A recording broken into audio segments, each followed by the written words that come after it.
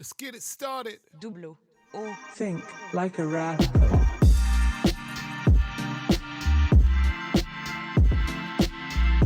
Check, check, check. 1, 2, 1, 2. It's your man Double O, and you're back. Episode 109 of Think Like a Rapper. I hope everybody's holding up all right. I hope everybody's doing well.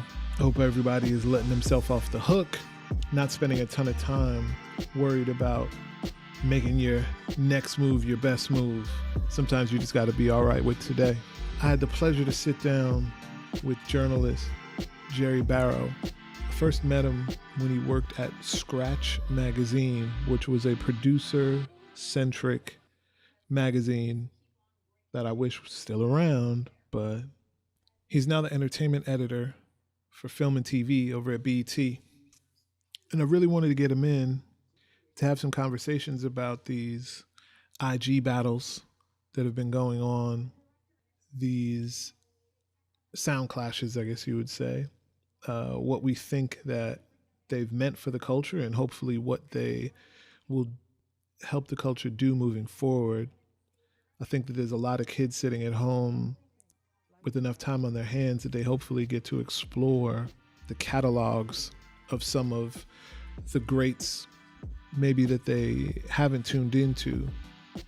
We talk about marketing and press junkets in a world of Zoom and how VOD and marketing this way might even affect the way that we present films, and how hip-hop has informed the way in which he approaches film and TV journalism.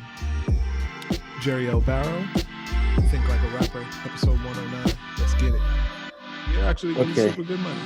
Okay, good. Yeah, man, I was just as this was popping off, I was in LA to interview Winston Duke and Mark Wahlberg for that Netflix movie, the Spencer Confidential. Mm-hmm. And things were just starting to bubble. This was maybe early March, because I remember asking Winston Duke, like, "Hey, everybody's talking about this coronavirus stuff. How do you usually deal with illness, and do you have any home remedies and stuff?" It was very light. It was real cute at the time. But by the time I got to LAX, everybody was buying up all the wipes. It was like you got on the plane, everyone's wiping down their tray, they're wiping down their armrest, and they're just like, okay, what are we in for? And then a couple of days later, it was just like, okay, no more travel, no more flying. Junkets were moved from flown to Zoom to just completely canceled. It was crazy. It's the upheaval, particularly with film and TV, has been pretty bad. Yeah, since we're there, let's just start there. By the way, sure. If you didn't know, this is Think Like a Rapper, and I'm here with the illustrious, the jack of all trades. I met him in one industry, and now he's in a totally different one. And if you know anything about survival, that's basically how it has to go. Jerry Barrow, man, what's going on? Hey, what's going? Double O, go Double O, man. Good. Thanks for having me. No problem. Yeah, we've known each other since your days at Scratch Magazine. Yeah, which those were good times. I still feel like, there is definitely a need for it, especially even surprisingly like now. Right, even if it reintroduced itself as Medium posts, as we started talking about and we'll get into the IGTV sound clashes that have been going on. Oh yeah, boy, oh boy. but you started, we started obviously talking about the crazy situation we're in, which is good old pandemic. Good old pandemic. Oh my goodness. And you now interview a lot of famous people and get to to fanboy out and really be in tune with media. And I wanted to start there because I wanted to figure out how you've seen this so quickly transition. Like you said, when we started, you were like, oh, we can still do press junkets. And then all of a sudden it's like, nope, now there's Zoom interviews. And now it's like, oh, no, those things are canceled. And with how quickly that has moved, what do you think is going to happen to the way in which we promote media now? Thus far, it hasn't affected the streaming services as much and people promoting television. Because if you had something that was already in the can, a lot of my interviews were done on the phone, over the phone anyway. So, like, for example, Insecure just premiered last night. I did 4 interviews with different cast members for that over the phone. It didn't really affect that. What it did affect was the talent's ability to promote. There's no premiere party, there's no red carpet, there's no, which trickles down into so many other things, so there's DJs not getting work for the event, there's photographers not getting work for the red carpet to take pictures, there's the publicists, the publicists are still getting, working to connect them with the press, but there's so many people affected. You don't realize how many folks work at these things. Like, for example, I don't know if Insecure did junkets, but some TV shows do junkets as well as films.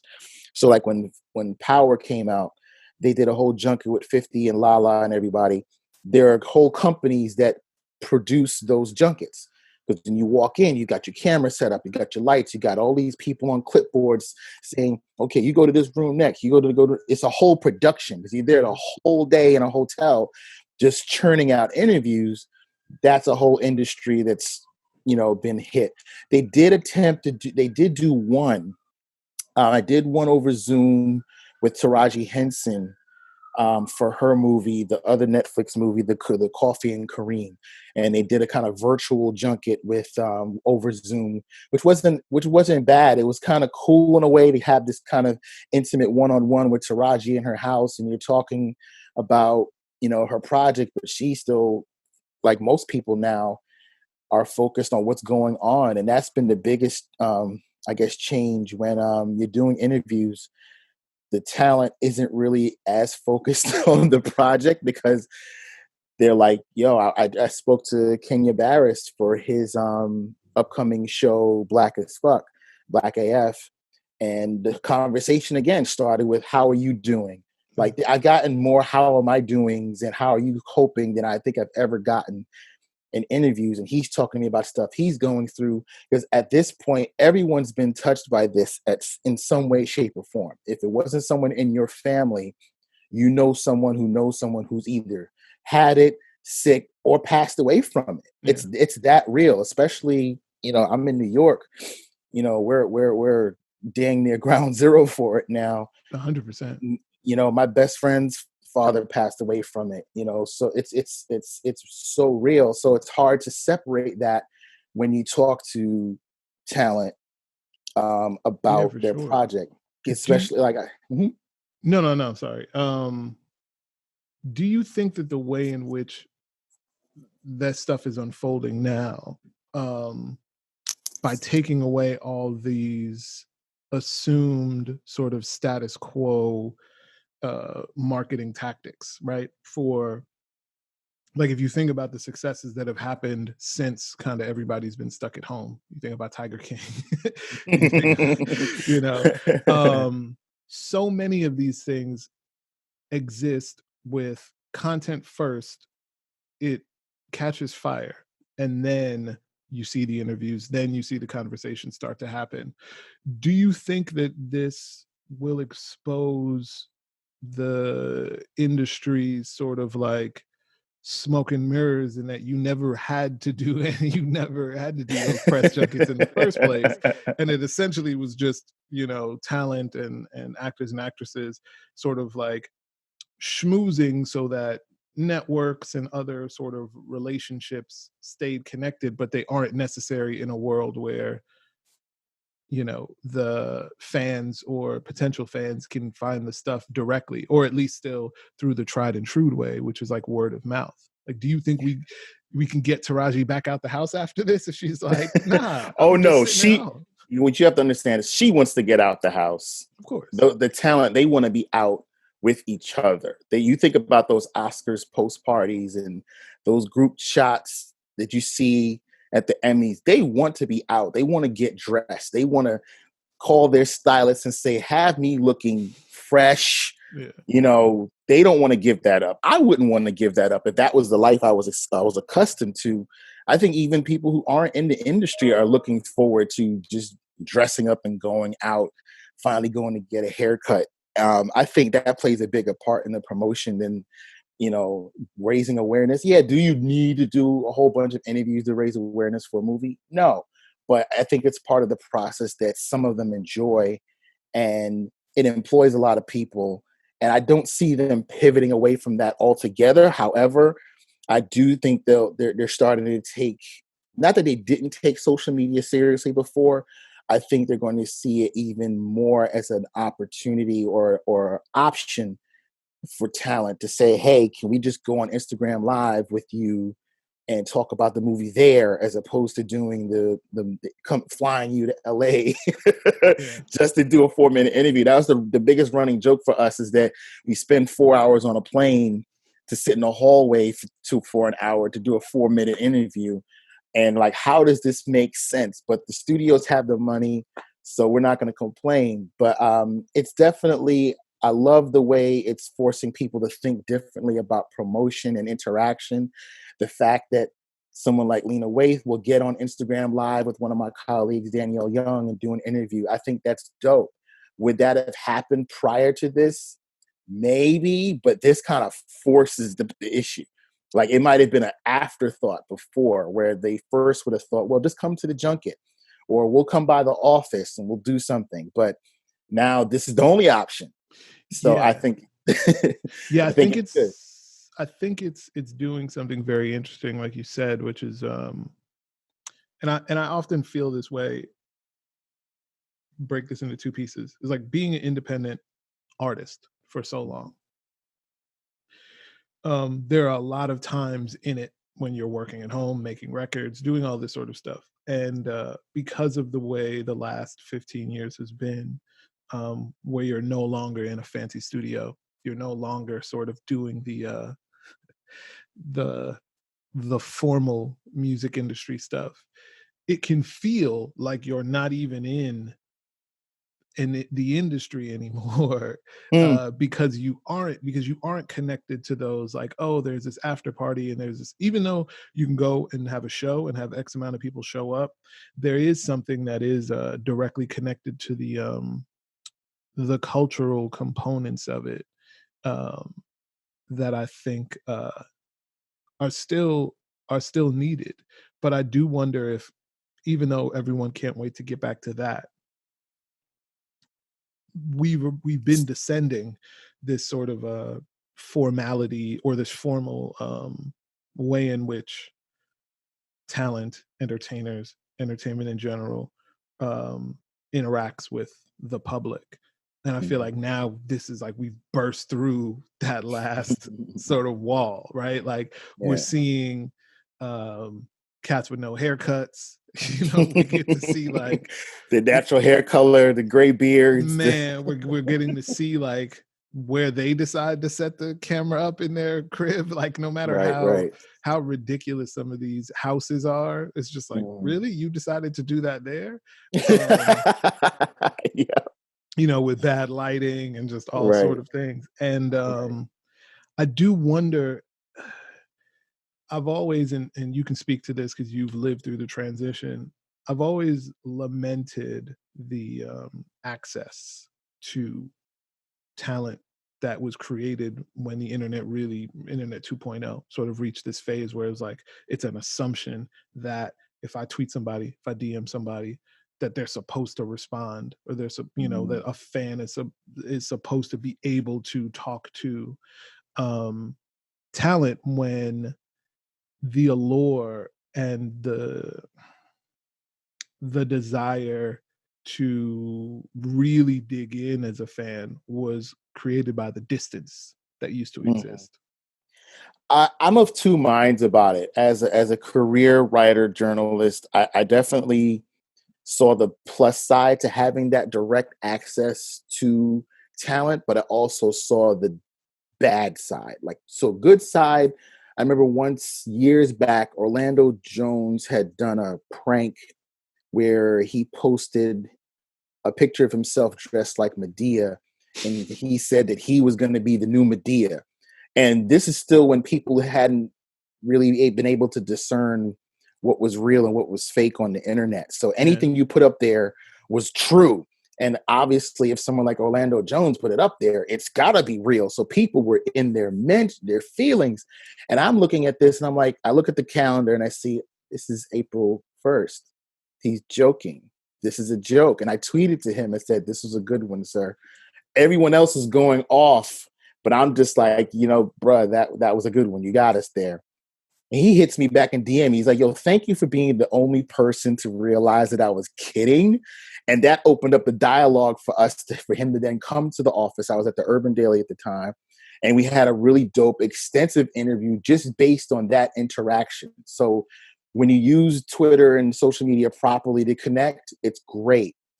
The problem is artists go out there unfiltered. And the reality is some of these artists need publicists. They need media people to tell them what not to say and what not to do, because the fans aren't ready for the unfiltered version of some of these cats. They're not ready for the unfiltered G5. The G5. No, they're definitely not ready for the unfiltered thoughts. And I think a lot of artists are realizing too that, maybe everything I say isn't meant for social media, because they say things and then they see this swarm of reaction and they're like, wait a minute, my friends didn't react this way. I'm like, bruh, these are not your friends. These are the people on the internet. It's a different thing. Did you realize how many of your faves were conspiracy theorists? I've really realized so many things about my faves, like who were conspiracy theorists, who were secret Trump supporters, who are, I just found out a lot of disappointing things about my faves thanks to social media. It doesn't stop me from consuming their art, but I definitely approach it differently. It's definitely made me kind of like, for some folks need to have everybody celebrates not having a filter. Some folks need a filter. Some folks need to just keep their thoughts amongst their offline community. It's not every thought is meant for Twitter. It's really not. Yeah. Does it make you double down now in terms of that like separation between church and state, where it's because originally, the 90s, let's say 80s, everything before, you had this very controlled media image. And it was the thing that you could like, and they weren't, and talent wasn't political. Talent wasn't, they kept it like everyone always tries to compare like Michael Jordan, let's say, and like LeBron. And when you think about the way in which they even just interact and talk about the world around them, like you never hear Mike talk about anything, right? Like he's just he's called shallow for it, but maybe we don't need to hear Mike's unfiltered thoughts. Yeah. And and I do, and so because of that, you're able to invest and really buy into the be like Mike idea, right? Like but now we're in this scenario where every day I just saw somebody getting canceled earlier in the as a hashtag, and every second, so they're trying to run this sort of purity test, when it was like, if we knew half of the shit that any of these people were doing before, it's not like they, that we would never, they would have never survived sort of this environment. And I do wonder if now we've just ripped the last Band-Aid off, and it's just going to be, like I see everybody commenting on Drake's house, for instance, right? Like because of the Tusi Slide video, or his new Architectural Digest magazine. And yeah, it just feels like it's going to be harder than ever to have this true separation between consumers and producers in a very vague sort of terminology, and whether that's actually good for the art ultimately. I think personally, I think there are people who are invested in those walls. There are people who are invested in those separations because there's an economy for it. There are people who are paid to keep those walls up, and people who benefit from having those walls up. I mean, myself included. Like, yes, rappers are becoming podcasters and are doing a great job, but Yes.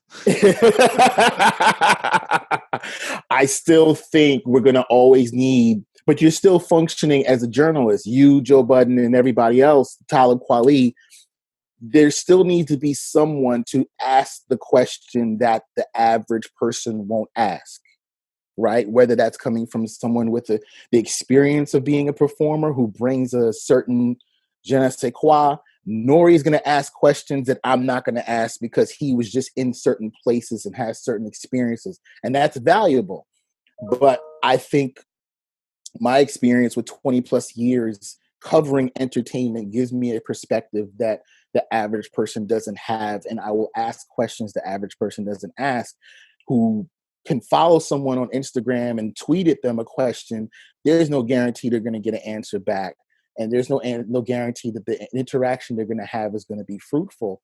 Where I think artists know that someone like me or someone like you that's prepared to come and ask them questions, they're going to answer them in a different way. And I think we need that. I think we need informed questions. We need informed dialogue that's not just purely based on how you feel. Because so much of social media is just how you feel in that moment. Perfect example. I don't know when we'll get to it, but the producer battles. When I was listening to the RZA and Premier battle, I wasn't keeping a scorecard like my boys. I was just going off how I felt because I've judged so many beat battles. I've been to Beat Society. I've been to whatever. And then in that moment, it's really how that beat, what they played, made you feel, not how it played against the other song. Like, okay, he played Liquid Swords. He played So Ghetto. I'm not judging them against the songs. I'm judging how they each made me feel in the moment. And there was a moment in that battle where Premier was making me mad because I was like, why didn't you play this one? Like, he played the D'Angelo Devil's Pie. And I'm like, why not the Lady remix? Like, that's such a better song / beat, battle wise. And so I think there's always going to be a need for somebody who's not acting from an emotional standpoint. Now, if I were to go back and just look at the songs analytically, then have a discussion, that's a very different exercise than just sitting there looking at my phone and waiting to see what they're going to play next. It's a different interaction. It's a different experience. Yeah. The filters, translators are extremely necessary, because I think ultimately it's one thing to talk to someone in person, one-on-one, right? Depending on anybody. But that's an impossibility at scale. And you need people like you that can translate that one-on-one conversation into something that is palatable, that can go out at scale, that doesn't make that is telling the kind of story that hopefully the person wants to, but at least something that you want to, right, sort of weave. And that is the way in which oftentimes those stories enter our our psyches as fans, as potential fans, and we attach ourselves to them. Like, as much as you want to be obviously emotionally attached to the battle, like we're talking about, and we can move into that sort of space, you're still also existing off of decades of when you heard that song for the first time. exactly Where you were, exactly who you were with, the first person you had to tell, like, yo, did you just hear this? And right. that is going to always be it's always trying to figure out ways in which those moments get created, because those are the moments that instill into people's sort of heads. And it always needs a gatekeeper, I think, to be able to present that. I don't know. That's honestly why I didn't ding RZA early on for his sound issues, because I knew the song he played. Yeah. I was reacting to the song he played, not how it sounded. Because I was like, I know what Glaciers of Ice sounds like. I don't need someone to have pristine audio for me to know what that sounds like. So that's what informed my reaction. Like, yes, he played the song that I thought he should play, versus if the sound was great and then he played a dun record. It's like, what are we doing here? You know, so Yeah. I guess I graded on a curve a little bit, unlike other, some of the people maybe were more strict in that regard. You know? Has it been hilarious watching some of our favorite producers, songwriters and whatever, have so much problems with technology? Yo, what is going on? Like that's why we need to bring Scratch back, because clearly, there was a lot of toolbox advice we were giving out that maybe folks need refreshers. I don't know. I didn't realize it was that difficult to just hook up sound to stream on Instagram. But yeah, it's been, the irony is not lost on me. The engineer had to come in and save RZA. it puts a hole in my, in sometimes my thesis about like, oh yeah, DJs, producers, like the original, like ultimate hackers, right? Like they took all these sort of things and, and put it together. But maybe this is also a product of always a reminder that the collective is always the thing that has been the strongest in everything that happens culturally. And you Right. usually, if one person doesn't know, usually you have your man's at least there that is right. Who's a little more knowledgeable, or he knows somebody who can, how do you do this? Because so much of culture and so much of hip hop culture has been, seeing somebody do it, experiencing somebody doing, and and trading the sort of knowledge that way, that we got caught when you didn't have the ability to do that because you were stuck at home by yourself. And it's like, oh shit, how do I, like, Swiss not having good Wi-Fi is the funniest thing ever. I think it speaks also to privilege. Our greats are living kind of in a bubble where they don't have to really touch and access things in the way they had to. This wasn't RZA or Swizz who were in their basements tinkering. Yeah, 20-year-old Swizz wouldn't have had no problem jumping on Instagram or RZA. And to that same point, if it was a battle between, I think, two 20-year-old producers or DJs, they'd have been like, because they're probably making half this shit on their phone anyway. Yeah. So, boop, boop, boop, boop, boop. I think, I don't want to sound ageist, but I think there was maybe more, even RZA's like, hey, I've been in Hollywood, son, so I don't know if excuses. Yeah. But let's dig into that, because I would love to. What are your overall thoughts on everything that's been happening, all these IGTV battles? I liked it at first. I was one of the first like 400 people in D Nice's live, and it was like a little mini family reunion for the industry. Just seeing names pop up that you hadn't seen in one place for a long time. It was awesome. And then as everything hip hop, the mainstream grabs on, and all of a sudden Joe Biden and Bernie Sanders are in the room, and it just takes on a whole different air. And it's like, all right. Yeah. Party's over. Not over, but it's not the same. It's like, I don't know if you remember, there used to be this thing called Jazzmobile. Used to have Grant's Tomb back in the day, and folks would just roll up to Harlem during the summer. And I don't think anybody was listening to the music. It was just to go hang out and be seen. And after a while, it just got to be so overrun with people that it stopped being enjoyable. And I think, I go to my phone now and there's 15 lives. And before I can get to my friend's stories, because my friends will tell you I'm interactive on Instagram. I'll go on your stories. I'll actually comment. I'll actually, interact with you. So I look forward to that experience. And then now with all the lives, it's like I got to scroll like this before I even get to my stories. It's everybody going live now. And I'm just like, not everybody needs to be going live right now.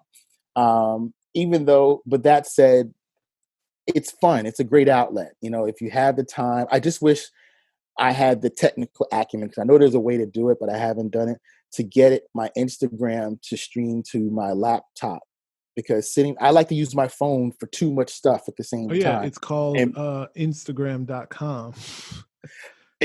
but does live stream on Yeah. Instagram.com? I think I it didn't. does now. I think it was one of those things that they just did. I thought Okay, it because was just there earlier because I know now you can respond and read to DMs. And I saw really. stories. Yeah, literally just try. Whenever you get a chance, try it and Yeah, I'm see. gonna try it then, because that it makes it hard, because I want to tweet, I want to do other things, I want to text folks. So being in an Instagram live means I can only be doing that, watching that, and that's just not how I function. So I would Yeah. much rather have a separate screen for that, and then I can still do what I want. But I'll try, because the first time I went to Instagram.com, I don't remember being able to click on a live and it worked. Yeah, So I saw stories just pop up literally like maybe 30 minutes before I got on this. that's fresh. Okay. What have been your highlights of these versus battles specifically? Ooh, the verses. I did enjoy um the Manny Fresh Scott Storch. That was, even though Manny's energy I thought was better when he was DJing, I didn't enjoy the interaction.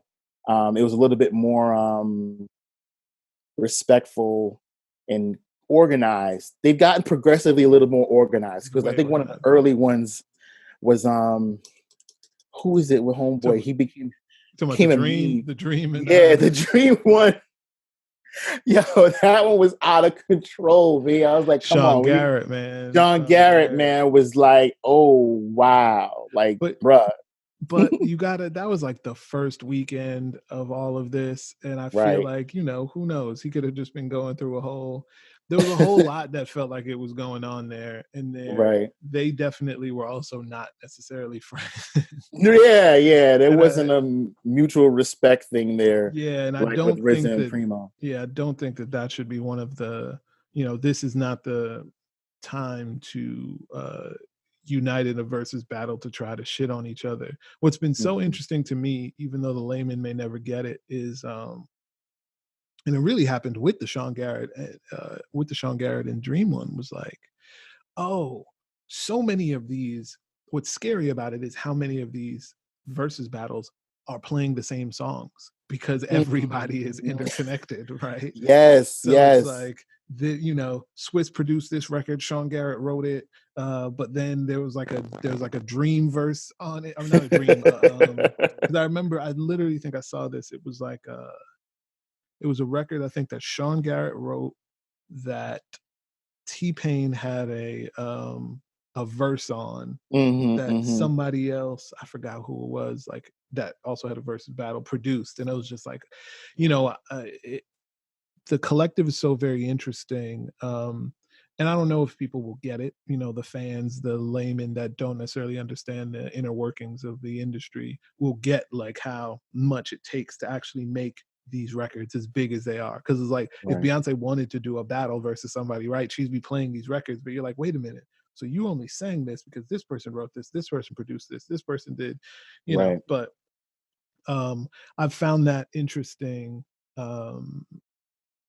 across the board, to see obviously these records that we love, but also just like how many of those same people had to come together to make those things, the joints that they are. Like, you got RZA playing Kanye co-produced records, you got and he played Brooklyn Zoo, and people were like, you didn't produce that one, bro.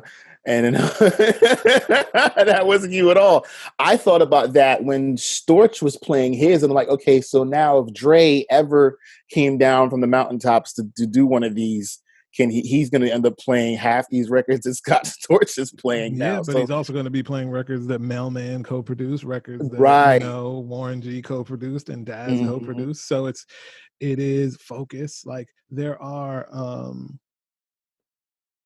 I do wonder, and I don't think most people are going to care this much, but I do wonder if it is hopefully kind of like exposing the fallacy of genius, if it makes sense. This might be a little too heavy for the idea, but like, no, we've lived on that fallacy. That fallacy is currency. Oh yeah, but just the idea that it does happen, but it happens in these moments, right? Because you can't deconstruct the records, right? You can't say Still Dre, right? Talking about that specifically. You can't say, oh, well, Dre produced this. Scott Storch just did the melody. And you're like, yeah, but the melody is the record. Like Still Dre is not Still Dre without Dre drums and all the Scott Storch instrumentation and Jay-Z written verse. right. So who gets to claim credit for what in those instances? Yeah, it's but to me, that is the most important thing. If anyone gets anything from these battles, it's that the moment is what's genius, right? Like who knows what happens the next day.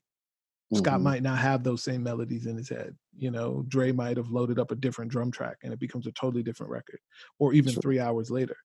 And I think that people want so bad, because you know, you saw it a lot happen with the Scott Storch thing. It's like people want so bad for it to be this one person on a mountaintop by themselves with no electricity and just a old school player, you know, old school piano, and they are created these masterpieces and then bring them down from the mountain and say, here you go, here's that comes back to people not understanding the process, like going back to the genius part and even to the engineer conversation. You talk to Bob Power and 1 second you're saying, but Bob so Power. It's like the engineers made some of those great hits that we've attributed to some producers sound the way they sound, you know. So who gets the credit? You know, I'm not going to drop specific examples right now, but if you talk to him, you read interviews with him,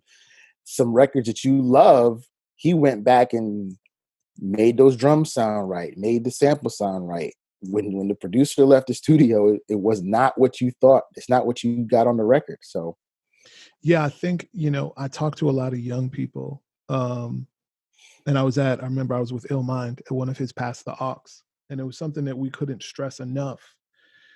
It's like everybody's so worried, you know, especially young creatives are always so worried about like,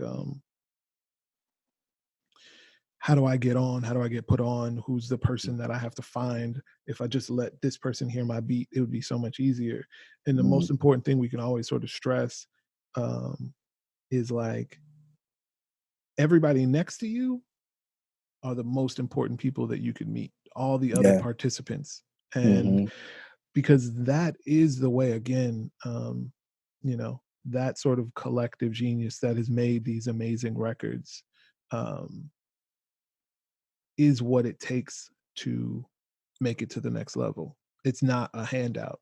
It is the, you know, you and your man connected, and then maybe just on that day, they found a random girl who sang a certain hook and then inspired you guys to make a certain kind of record, and then boom, that becomes this amazing sort of idea.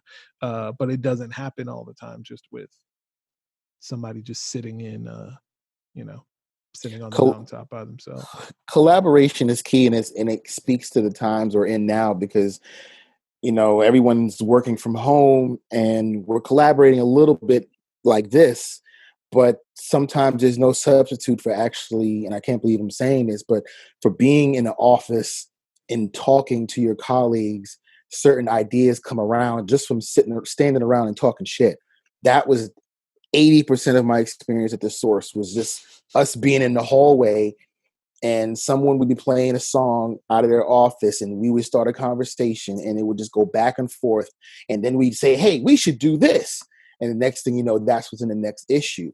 There's no substitute for that. And I know you can speak to that with the studio environment, you know, producers, actually people passing through studios that otherwise wouldn't have met.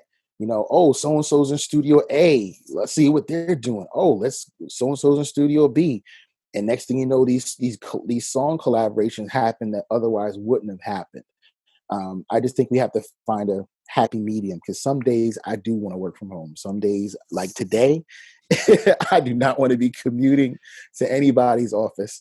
Yeah, I wonder, I mean, I know it won't, and I would like to be hopeful about it, but I do wish that this would actually change the way in which we think about work, because I do feel like ultimately you're right. There is something to be said about just going to get coffee and the walk from your desk, you know, running by somebody else inspires some sort of idea that you go back and type. Even just the ability to just get up and go walk somewhere real quick and see something different than being in your bedroom or being at home.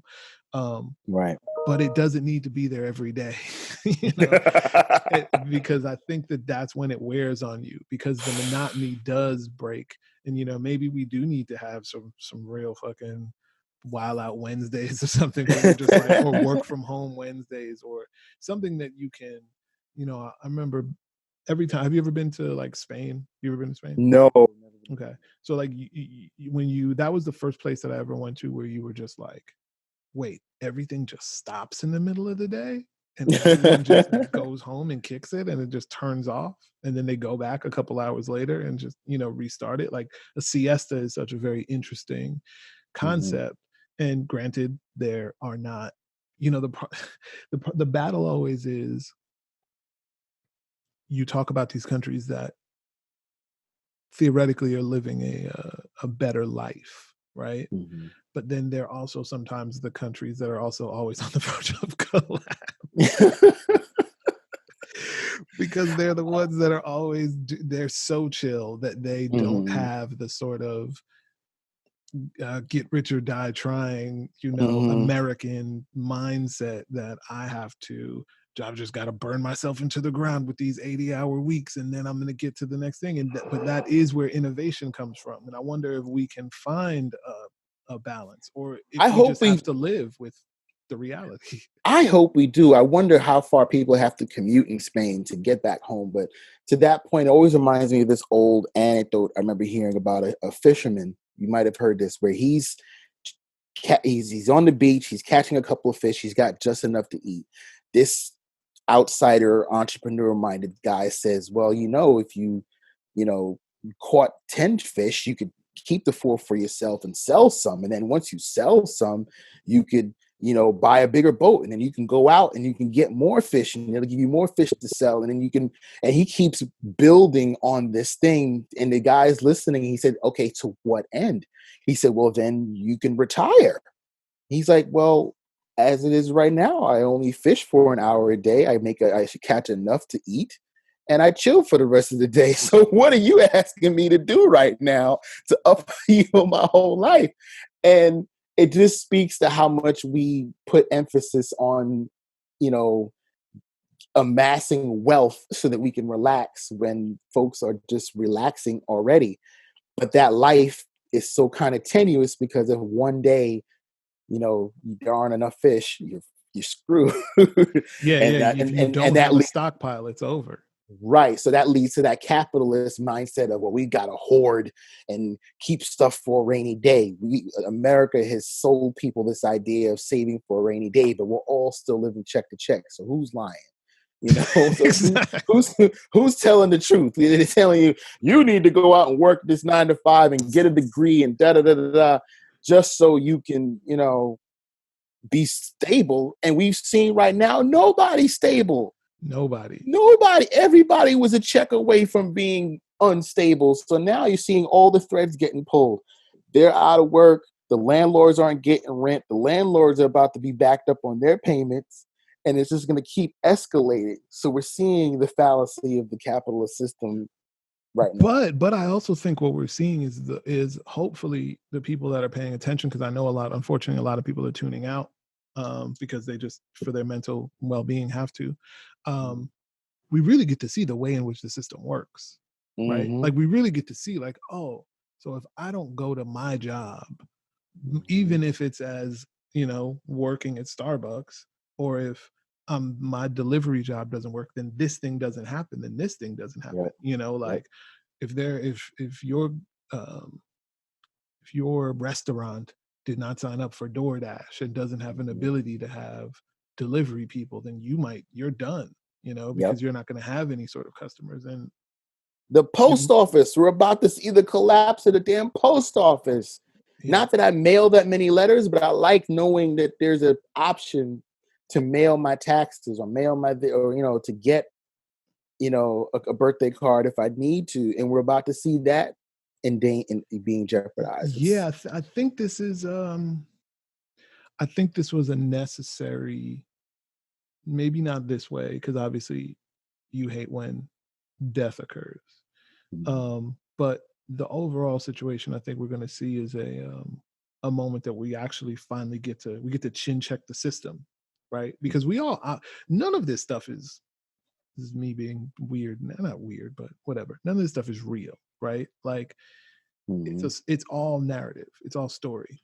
You drive on the right side of the street and you're divided by these double yellow lines. Who, at any point you can just drive on the left side of the street, but you don't, because the story is much better that if you drive on the right side and someone else is driving on their right side, then the group is safe, right? Listen, man, my son is 17 years old. I've been giving him driving lessons because he signed up for driver's ed, which he cannot do anymore because it's at school. So I've been taking him out, and you do not realize how tenuous your existence is until you're in the passenger side of your car and a 17-year-old with a learner's permit is at the wheel. And you just become vividly aware of all the lines and all the stop signs and how none of it really matters. Yeah, because he can say, "Oh, I didn't know that," and drove straight. He's doing this thing, and I'm like, the car is going to go this way, that way. So yeah, I feel you 100%. Yeah, so this is that. This is us in the passenger seat that are getting checked by our 17-year-old driving with the learner's permit. And right. That 17-year-old being fucking Donald Trump. No, my God. Yes, that is exactly it. Oh my God. Like, is the system strong enough, right? Are we right. did you buy the right car to survive that accident if he crashes? I tell you, the last lesson, we're going down Sunrise Highway over here by my house. I'm out by the JFK. It's like the busiest street you could get on around here. And out of nowhere, there's an object in a pothole, and he's got to decide what he's gonna do. And I obviously can't just grab the wheel. And I'm like, what is he gonna do? And I just cross my fingers. He drives over it. Thank God it was cardboard and not like a piece of wood that would have just completely wrecked the car. And I was just like, in the future, just stop, just slow down. You don't have to drive over the objects in the middle of the road. That's not advisable. Yeah, but that's where we are. That's where we are. And so I do feel like this is kind of like it's an opportunity, I hope, for everybody to decide what stories they want to keep when everything comes back, because I think that we are realizing, like you said, we don't have to be in the office all the time. But not at 9 a.m. There are benefits to be in the office, right? Right. Does wearing pants to the office even matter anymore? Like who knows? I was joking about this the other day. I mean, like a couple podcasts ago, but it was just like, because of all these Zoom calls, what's our fashion going to be like after this? Listen, I look a mess. I have not cut my hair. I haven't shaved, but I said, you know what? I got to look halfway presentable. So I think we're always going to have that. Something in us is going to want to look presentable when we step outside the house. Indoors, all bets are off. But what is the thing that you realize you wear the least in your closet now? Because you're going for different things, the same thing probably every day. Jeans. Like I wear jeans a lot outside, but in the house, I want to be comfortable.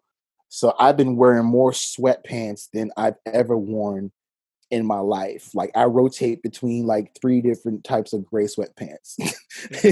And I got a onesie. I got a full-on onesie that I wear that, when I'm just like, fuck it, on the weekends. Oh man.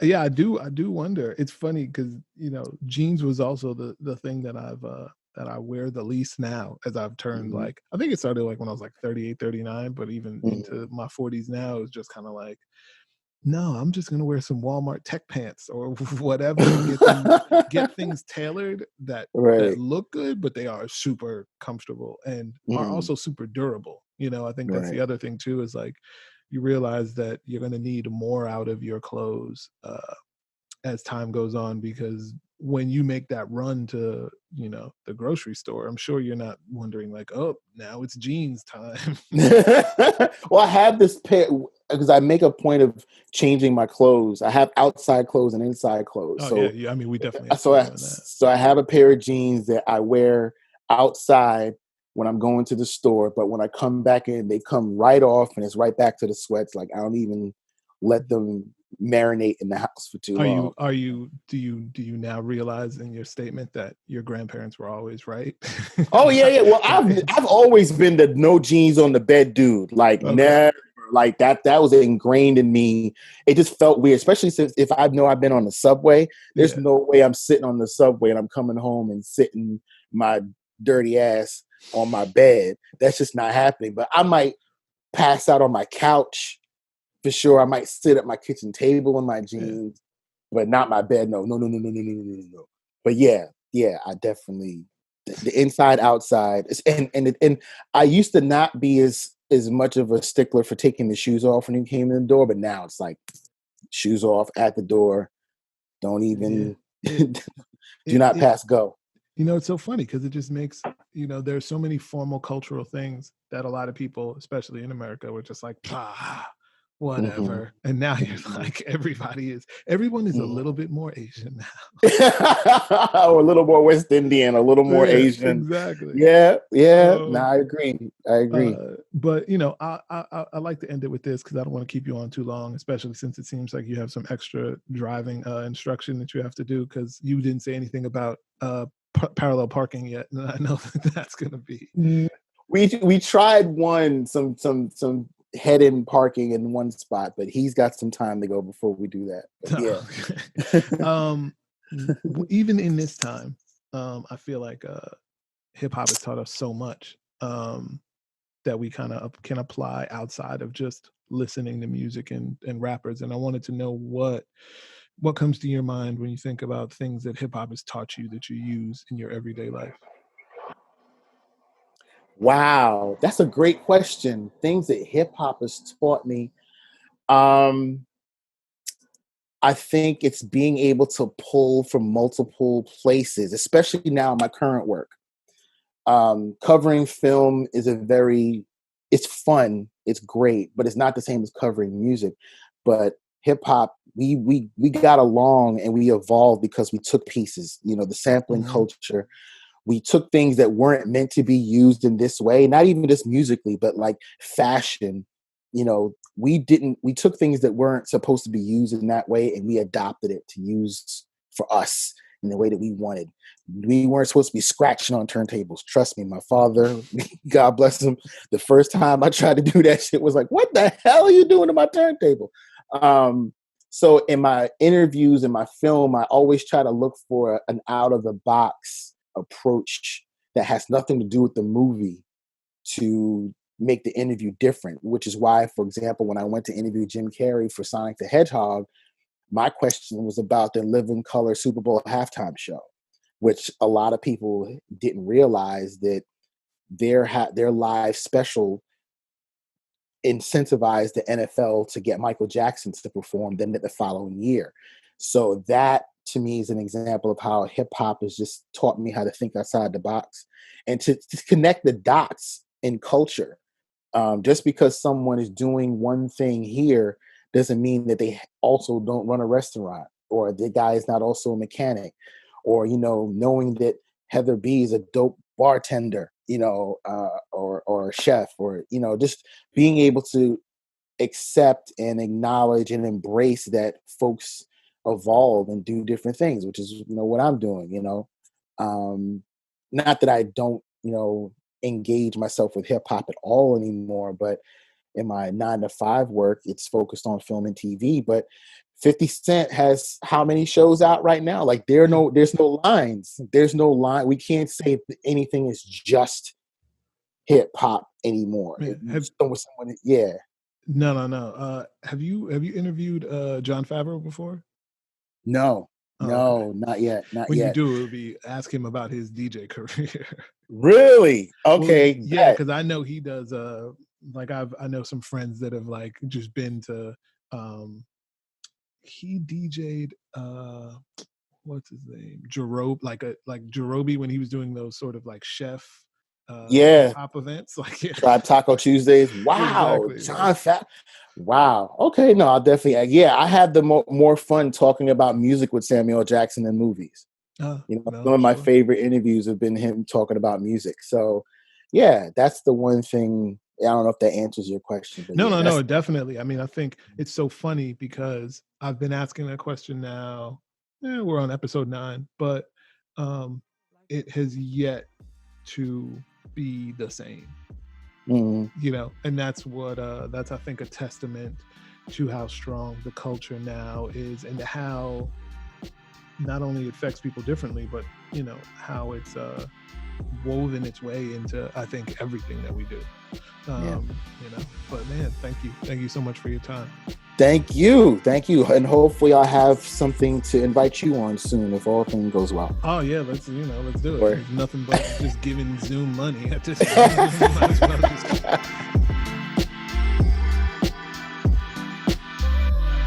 keep it going.